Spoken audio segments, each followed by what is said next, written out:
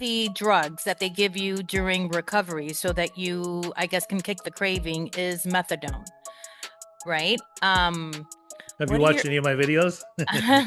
you think? You think? What are your thoughts on that? Like, is this, I mean, I know that it helps, right? Like I've heard about it before watching your content. I know that it does work. I know that a lot of people become addicted to methadone as well because it's also giving you kind of a high. And it's just like, are you leaving one addiction to get into another addiction at this point with methadone in order to stay sober? Is that really sober? I mean, listen, Monica, I'm an old school head, and because I have experience with both heroin and with opium, I learned about methadone before I ever even got sober. There was some 2020 or 60-minute show where they talked about methadone and methadone clinics. I learned that methadone's intention and purpose was usually government funded, and or they were pretty much giving it at these methadone clinics to people to get them off of heroin, because heroin was the dangerous one.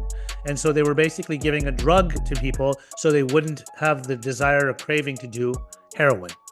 I didn't know much about it. Then, before I got sober, we had the whole Oxy 80s craze.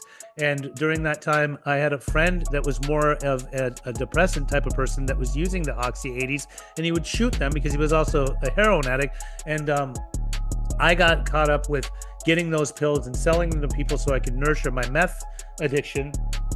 But this guy got on this stuff back then called Suboxone.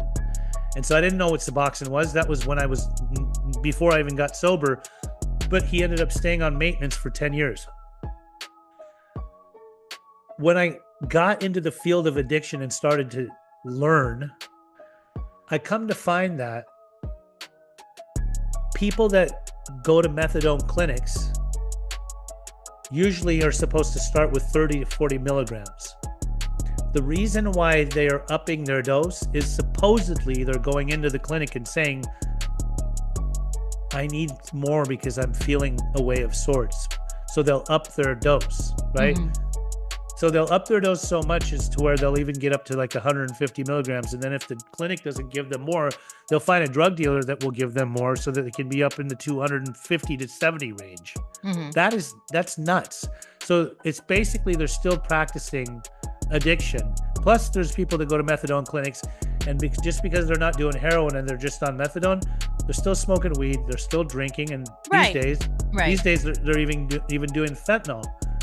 So personally, I think methadone is outdated.